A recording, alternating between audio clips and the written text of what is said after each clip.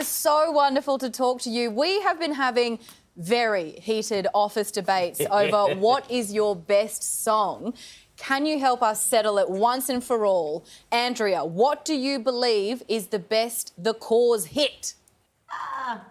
Well, I think Runaway, because it was our first single, means an awful lot to us every time we play it. And, you know, hearing you guys sing it in your Runaway accent, we like it a lot.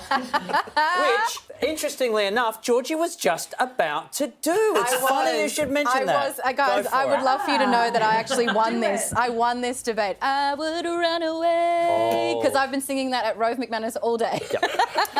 That's damn good. And she does mean at me, right at me. So, you guys are heading out on tour. When my siblings and I have to travel together, we are squabbling. We revert to being children again.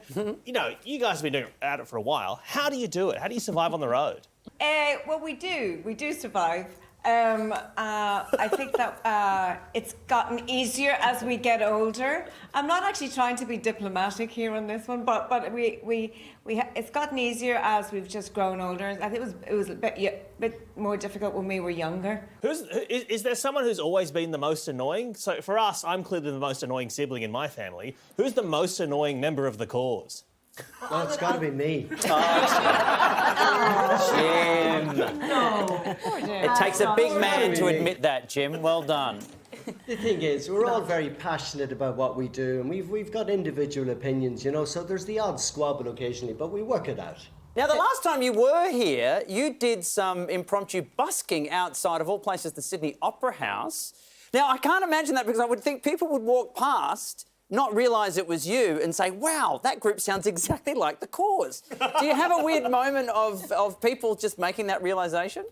Yeah, I mean, there was loads of that. I remember we were just sitting there. That was really impromptu. That was really last minute that we decided to do it. And we just kind of wanted to do it. And it's just such an amazing backdrop, just being there. And we just started to play some acoustic music and some Irish music. And I think there was a lot of people that just came up and went, oh, it's actually them. But yeah, so it was actually, you know, it was. We didn't make any money though, unfortunately. No, unfortunately, no money. Yeah. Really? I was going to say, what did the Corrs make busking, just out of interest? Ballpark figure?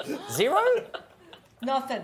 Nothing. Oh, and in the meantime, there's some clown standing next to you, painted like a statue, who's not doing anything. I think for me, I was like, yeah, and meanwhile, guys, add me to the band. I can obviously help you. No, I didn't mean you, Georgie, at all. I was going to say, have you thought about any other Australian landmarks you could maybe busk outside of this time round? It's so impromptu that we don't really. This is not something planned. I think we'll see if we do it and just kind of watch the space, maybe. Look, I don't want to be culturally insensitive, but we do have a giant potato.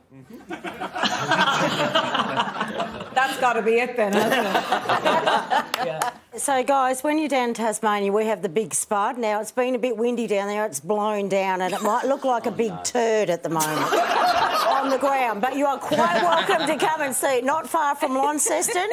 OK, not a problem there. Set up. I'll tell you what, you'll have the traffic stopped. What an offer.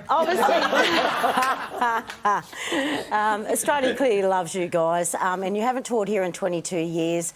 What did you miss most about us?